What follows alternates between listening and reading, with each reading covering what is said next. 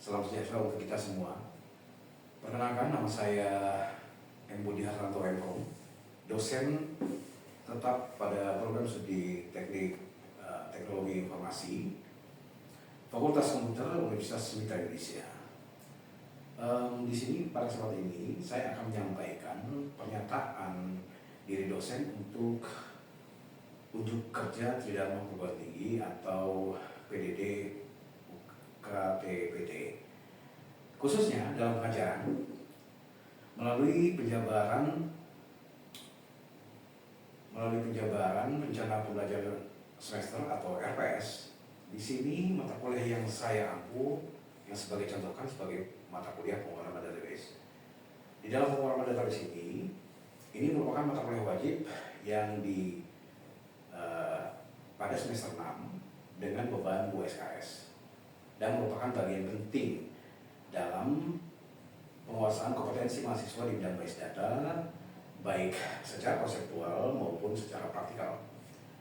Deskripsi mata kuliah untuk pemrograman database, mata kuliah ini mempelajari konsep dasar pemrograman database, lalu perancangan dan pengolahan database secara teknis, secara database relasional, lalu mempelajari juga bahasa structural query language dan teknik dalam optimasi query, serta implementasi database dalam aplikasi yang terintegrasi dengan web atau juga berbasis mobile.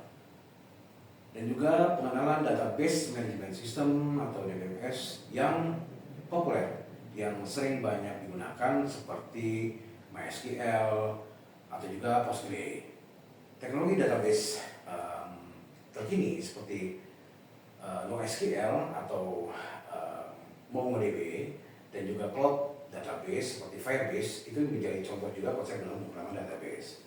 Dan serta di dalam database ini juga mempelajari juga aspek keamanan, security dan manajemen transaksi database. Lalu berikutnya adalah capaian pembelajaran.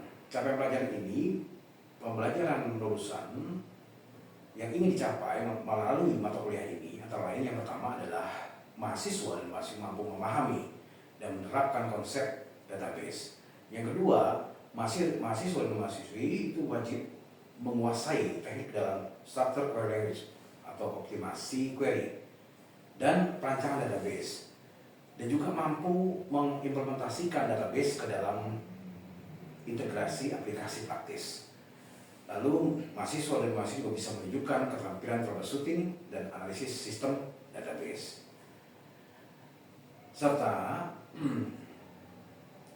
capaian ini juga pemahaman konsep dasar pemrograman database yang lebih spesifik, yang itu diterapkan pada capaian pembelajaran mata kuliah atau CPMK. Di sini orientasi dalam CPMK itu mahasiswa dan mahasiswi diterapkan untuk konsep dasar pemrograman database, lalu kemampuan analisis dan optimasi query language, dan perancangan database relasional atau entity relationship, dan juga implementasi database pada aplikasi berbasis web dan juga berbasis mobile. Di sini strategi pembelajaran yang saya gunakan melalui tatap muka, tugas individu, dan juga kuis, forum diskusi, dan juga ada proyek mandiri. Lalu untuk pembelajaran selain pembelajaran di atas yang telah saya sebutkan, di sini juga menggunakan media seperti PowerPoint, lalu ada juga live coding, pemrograman langsung yang mempelajari tentang structured query language, dan studi kasus dan simulasi serta penggunaan learning management system yang dimiliki oleh Universitas Mitra Indonesia yang beradres http://lms.mitra.ac.id.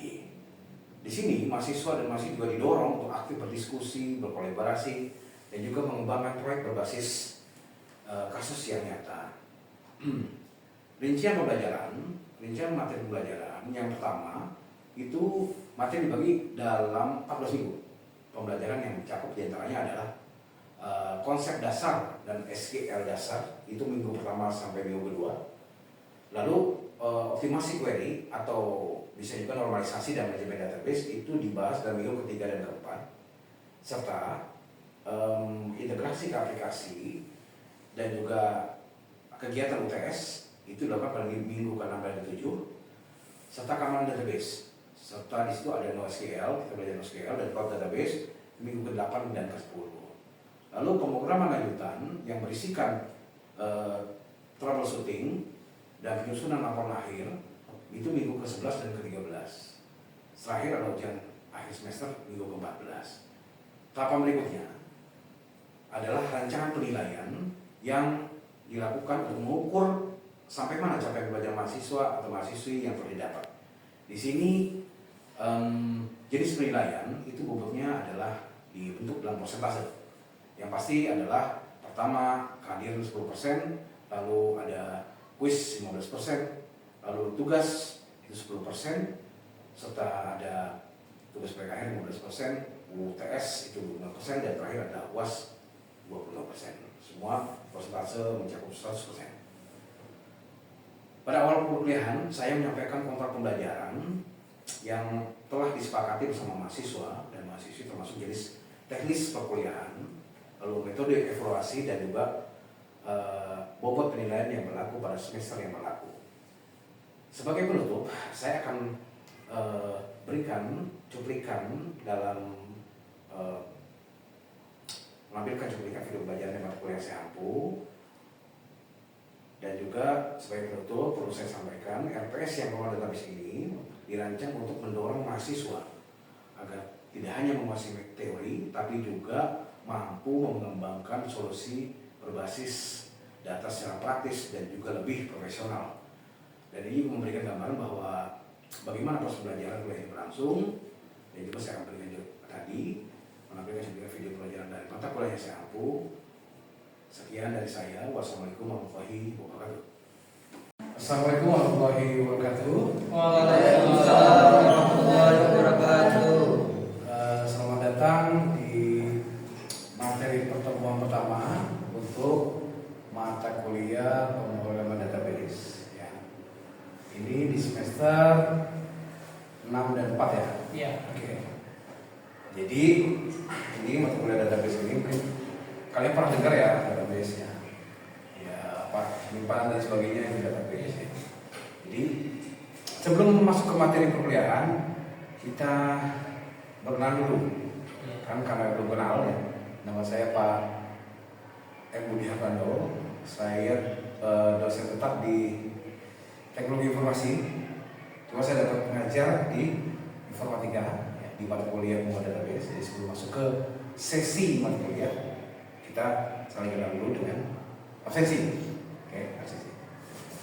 Jadinya ada dari yang enggak ada ya? Oke, Hari. Hadir Pak. Oke, hadir kan. Jawab. Lalu bisa ya? Oke, sini. Lalu Sandi. Lagi izin Pak. Di sini oke. Izin, Pak. Lalu Anggun. Oke, sini. Lalu Sulfian. Ada. Ferdiansa. Hadir Pak. Di sini. Anissa. Oh iya sih. Aziz. Aziz lagi sakit Pak. Oh sakit ya. Oke. Lalu dan Gagal lagi hadirin lokasi. Arif. Dua. Asik. Oke. Ini yang lain ini beberapa lagi. Desa mana ya Desa? Dian? Nggak ada ya? Oke. Jadi saya langsung ke mata kuliah karena memang ada beberapa mata kuliah yang memang beberapa mahasiswa yang memang masih mengurus KS. Materi pokok minggu pertama. Ya. Di sini membahas tentang konsep database, fungsi database, lalu komponen utama database management system, perbedaan data informasi dan database, DBMS atau database management system dan jenis database. Ya. Berikutnya, ini terakhir, arsitektur sistem database. Dan ini apa sih definisi database? Ya. Banyak orang sih dengar database. Nah, apakah dia barang atau apa? Kan kita tahu ya. Database adalah kumpulan data. Ya, data yang saling berhubungan, disimpan secara sistematis. Yang pertama disimpan secara sistematis, lalu dapat diakses, ya. Lalu dapat dimanipulasi, ya. Serta dikelola dengan mudah dengan perangkat lunak yang khusus DBMS. Karakteristik utama database itu tersimpan, diantaranya tersimpan secara elektronik, bersifat terstruktur, lalu terintegrasi, artinya saling berkaitan antar entitas datanya. Ya. Entitas itu contohnya gini, entitas itu ada entitas mahasiswa, entitas dosen, entitas mata kuliah, itu disebut entitas. Nah entitas itu isinya juga di dalam tabel. Tabel itu terdiri atas kolom dan baris. Oke. Lalu contohnya, contoh dari database, ya. Sistem database. Yang pertama, pernah dengar sistem informasi akademik? Si akad. Iya. Kalau di Metra itu namanya itu termasuk nilai mahasiswa. Itu sistem data, betul. Itu karena data penyimpanan menggunakan server elektronik, ya. Kalau di Metra itu apa namanya? Simpadu. Oh ya, Simpadu, sistem informasi terpadu, ya. Lalu kalau dulu mungkin namanya si akad ya. Kalau di punya siapa? Isinya apa sih si akad itu? Data mahasiswa. Lalu ya ada NPM, mata kuliah dan sebagainya, data dosen, lalu data nilai, lalu data jadwal mata kuliah, Iya. ya. Data lagi masa cuti, masih ada ya. Ada Pak. Nah lalu ada lagi perbankan, sistem perbankan. Kalau kalian apa di yang biasa menemui sistem perbankan? Pembayaran pakai apa? Transaksi Pak. Transaksi nasabah. Ya kan? Apa aplikasinya? Bisa mobile, beli uang. Primo. Itu termasuk sistem perbankan. Perbedaan data, informasi, dan database. Di sini ada komponen definisi antara data, informasi, dan database. Data adalah fakta mentah yang belum memiliki arti. Misalnya ada 80, ada A, lalu ada 2025, Juli, Agustus. Tapi tidak ada keterangan lain saat itu. Itu namanya data fakta mentah. Lalu informasi, data yang telah diproses dan memiliki arti atau makna tertentu. Ya, contohnya ini, mahasiswa bernama Ari mendapatkan nilai 90 pada tahun 2024 dari mata kuliah pemrograman database. Jelas nggak? Dibanding Ari 80, Ari 80, 2025, Juli, Agustus, sama siapa? Memiliki arti, kejelasan apa sih artinya? Apa sih manfaat bagi orang itu apa? Ya. Lalu database kumpulan data yang tersimpan secara terorganisir dan dalam elektronik, ya, agar mudah diakses dan dimanipulasi dan dikelola dengan baik agar karena terstruktur. Ya.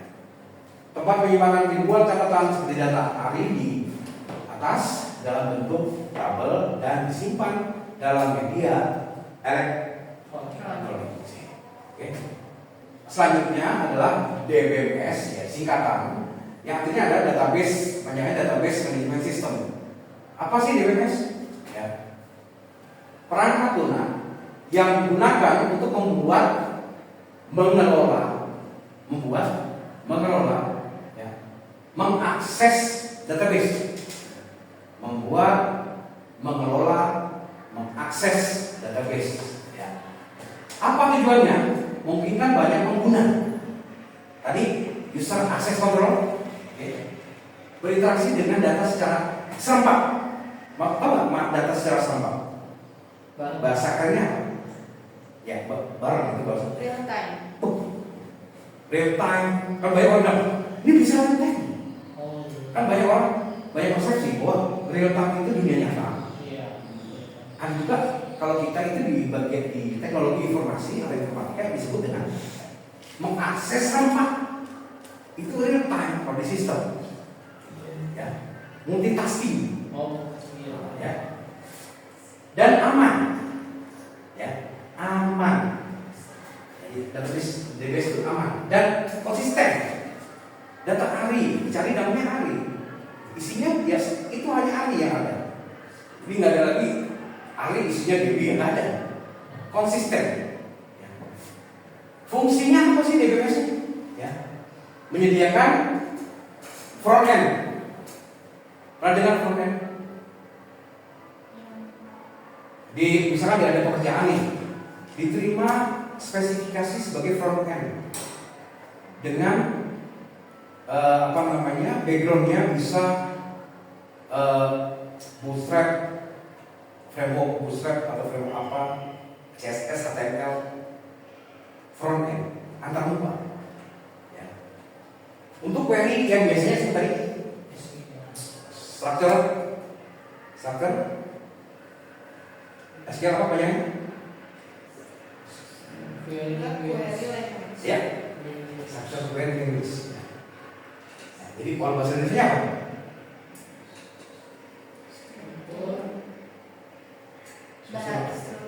Struktur bahasa query. Query itu permintaan. Ya. Lalu apa sih membedakan ini ya? Lalu menangani manajemen hak akses tadi, user access control, menyediakan backup dan recovery. Ya, namanya database itu wajib backup. Jadi nggak ada yang namanya database disimpan dalam elektronik, bilang udah selesai, udah. Dia wajib recovery, backup setiap daily. Daily itu maksudnya setiap hari. Lalu ada lagi week, setiap minggu wajib. Ya, kan itu dasar utama itu. Ya. Lalu menjaga integritas data. Datanya harus betul-betul bermakna, berfungsi dan satu, tidak ambigu. Ya. Lalu contoh DBMS yang populer atau contoh platform DBMS yang populer, MySQL. Nah, kita gunakan MySQL. Ya. Lalu Postgre. Ini juga semua ini open source. Open source itu gratis. Ya. Tanpa dipungut biaya. Oracle ini dia berbayar kalau dia sudah menggunakan skala besar. Biasanya buat perusahaan. Lalu SQL Server ini juga sama, produk Microsoft digunakan dengan Windows. Dan tapi ada juga yang belum masuk di sini, produknya Linux. Ya, banyak digunakan orang produknya Linux kan, Mitra pakai Linux. Ya.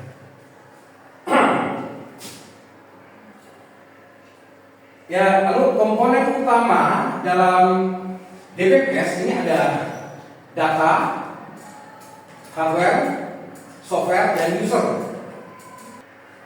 Nah, ini contoh dari jenis-jenis database, ya, database relasional atau RDBMS ini menyimpan data dalam bentuk tabel yang isinya row dan kolom, baris dan kolom. Menggunakan SQL untuk interaksi, ya seperti ini. Lalu data saling terhubung menggunakan relasi. Ya, nanti kita masuk dalam relasi, horizontal key dan alternate key. Contohnya SQL, Postgre, SQL Server, dan Oracle. Ini contoh struktur dalam taman mahasiswa. Ya. Di taman mahasiswa, taman dosen juga beda ya. Ya. Database SQL tidak perlu menggunakan database, hanya menggunakan apa namanya bin. Mana ya? Bin. Pernah dengar? JSON. Format JSON pernah dengar? Pernah dengar, tidak tahu. Oke, nanti kita pakai MongoDB ya. MongoDB ya. Nanti bisa di apa namanya dilempar. Nah ini format apa namanya? JSON. Jadi nggak tahu loh.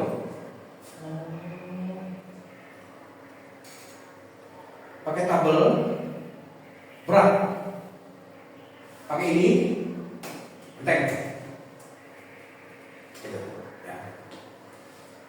Ini contoh-contoh dari yang non-SQL. MongoDB, kalau cari di internet, MongoDB, sorry. Terus integrasiin ke aplikasi, web, mobile. Firebase, ini juga sama. Firebase ini banyak database yang digunakan untuk smartphone. Misalkan kalian bikin Flutter atau React Native, ini bisa koneksi aja. Ini cloud, gratis. Redis, nah ini saya belum pernah pakai. Redis ini saya pakai. itu di Dinas Pendapatan Daerah. Saya pakai ini Redis untuk memonitoring speed data. Pakai Redis. Jadi mau monitoring lambat tadi. Apa lambatnya di mana? Dikasih tahu oleh Redis. Kita pasang Redis di sistem. Gitu ya. Ini gratis juga Redis. Ini contohnya seperti ini. Ya. Lalu arsitektur sistem database, ya. Ada arsitekturnya, ada single tier, two tier, three tier. Ya, ini adalah contoh dari arsitekturnya, ya. Aplikasi database berada di satu sistem, lalu two tier dia berbasis client server. Jadi servernya beda, sistemnya beda. Ya. Penyimpanan datanya beda, sistemnya beda. Oke, bisa backup ya. Lalu three tier ini adalah client server, arsitektur di web, modern, ada ini, ada front end, back end, database. Lebih aman. Kalau dulu mungkin hanya itu, single tier. Jadi kalau single tier satu sistem itu diserang dan selesai. Tapi kalau ini enggak, insya Allah enggak. Kalau diupdate, ya, ini juga bisa. Karena kesempurnaan hanya milik Tuhan. Ya. Ini contoh ilustrasi dari client browser, server aplikasi, mau Laravel, Node.js, atau Flutter dan sebagainya. Ini bisa dia akan menampilkan ke client browser. Lalu terakhir dia akan integrasi ke database server menggunakan MySQL atau Postgre. Ya. Ini referensi yang saya gunakan ya. Mungkin terlalu kecil, ya terlalu kecil. Dari apa yang saya jelaskan sebelum menutup ya perkuliahan, kira-kira silakan ada pertanyaan.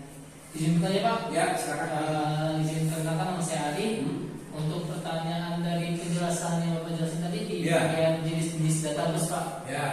Jadi kalau pada umumnya database yang sering digunakan itu database apa ya?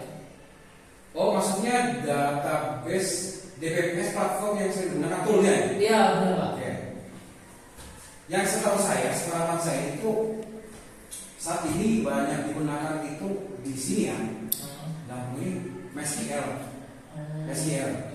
Cuma ketika saya dulu kerja di Jakarta, selain ngedosen ya, itu banyak perusahaan menggunakan MongoDB karena dia lebih mudah dalam pencarian, integrasi akses ke mobile application, web application, desktop lebih mudah dibanding MySQL. Ya memang, coba presentasi yang paling banyak MySQL, masih banyak digunakan. Untuk Postgre masih kalah dengan MySQL. Postgre. Nanti statement apa yang saya sampaikan ini lihat juga di internet. Kalau Oracle tadi Pak? Oracle ya. Saya pernah ikut pelatihan Oracle. Sama ya, mungkin ada query-query yang memang agak berbeda, tapi sama saja ya. Cuma Oracle ini dia berbayar. Kalau udah kapasitasnya udah sampai 600 MB misalkan, bayar lumayan. Karena Oracle itu pada dasarnya adalah database enterprise khusus perusahaan. Oh, di perusahaan. Ya, kalau database university, Oracle university ada, cuma yang memang agak preminya berbayar mahal. Lumayan kan? Itu aja. Oke, terima kasih Ari. Berikan aplaus dulu ya. Oke, terima kasih. Berikutnya, kakak. Ya, namanya? Perkenalkan nama saya Abdul Mustari. Ya. Izin bertanya Pak. Ya, silakan. Apakah satu aplikasi itu cuma bisa punya satu database? Oke. Good question. Sepengalaman saya, jadi sepengalaman saya lagi ya. Kalau database, kayak misalkan di Universitas Mitra Indonesia, itu yang saya tahu database-nya pakai MySQL. Ya. Terus untuk akademik dia menggunakan Microsoft Access. Ya, untuk cetak HS itu pakai Microsoft Access. Nah, saya menawarkan ke Universitas Mitra Indonesia untuk membuat platform yang lebih lengkap, menggunakan database NoSQL. Jadi gini, ada yang namanya atau API, application protocol interface, bisa mendevelop satu aplikasi dengan berbagai multi-platform, tapi tidak masalah. PMSQL di satu aplikasi itu, akses, MongoDB bisa pakai API. Teknologi udah ada sekarang. Jadi, pakai akses ya? Nggak bisa. Bukan. Pakai MSQL, nggak bisa. Sekarang bisa pakai tadi API, RESTful API.